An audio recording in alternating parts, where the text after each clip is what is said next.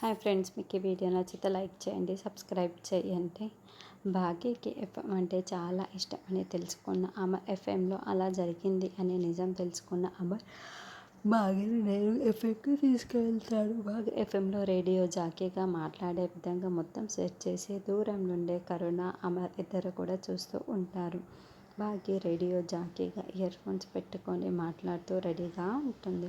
అమర్ ఈ అరేంజ్మెంట్ మొత్తం చేయడంతో భాగ్య చాలా చాలా సంతోషపడుతూ ఉంటుంది. భాగ్య ఎఫ్ఎం వస్తుంది అని పిల్లలు, నిర్మలమ్మ, సదాశివం ఒకవైపు, అనామిక వాళ్ళ గదుల్లో అందరూ ఎదురు చూస్తూ రేడియోని ఆన్ చేసి పెట్టుకొని ఉంటారు. మనోరి ఇదంతా చూస్తూ చాలా చాలా టెన్షన్ పడుతూ ఉంటుంది. అప్పుడే భాగ్య హెడ్ ఫోన్స్ పెట్టుకొని ఎఫ్ఎంని స్టార్ట్ చేస్తూ ఉంటుంది.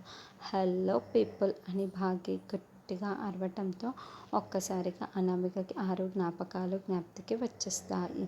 మొత్తం కూడా గుర్తు చేసుకుంటూ చెల్లి కదా అని అనుకుంటూ గతంలోకి వెళ్ళిపోతూ ఉంటుంది. ఇక భాగ్య ఇప్పుడు ఫస్ట్ కాల్ ఆల్రెడీ రెడీ అయిపోయి ఉంది.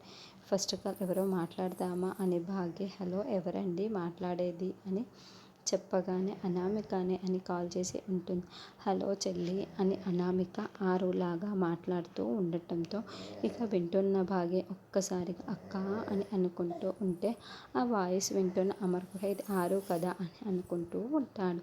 ఇక ఆ ఎఫ్ఎంలో వింటున్న నిర్మలమ్మ, సదాశివం పిల్లలందరూ ఇది అమ్మ వాయిస్ అని అనుకుంటూ ఉంటారు. చెల్లి అని ఆరులా అలా అనామిక పిలుస్తూ ఉంటుంది.